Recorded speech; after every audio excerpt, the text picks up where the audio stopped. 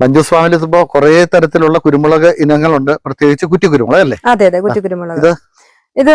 ഇത് കരിമുണ്ടയാണ്, കുറ്റിക്കുരുമുളകിന്റെ ഇത് വെറൈറ്റി. ഇത് നീലമുണ്ടിയാണ്. പിന്നെ ഈ വെറൈറ്റി പന്നിയൂർ ഇവിടെ ഉണ്ടായിരുന്നു, തീർന്നോ നോക്കട്ടെ.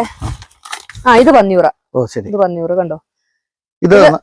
ഇതിപ്പം വെച്ചിട്ട് നമ്മളിപ്പോ കണ്ടോ, നല്ലൊരു പന്നിയൂറിന്റെ തലയാണ്. ഇതൊരു 4 മാസം 5 മാസം ആയ തൈയാണ്. ഇത്ര ആയത് ഏകദേശം കായായി ഒരു പരുവത്തിലായതാണ്. നമ്മളിപ്പോ പറിച്ചെടുത്തിട്ട് ബാലൻസ് നിൽക്കുന്നതാണ് ഇത്.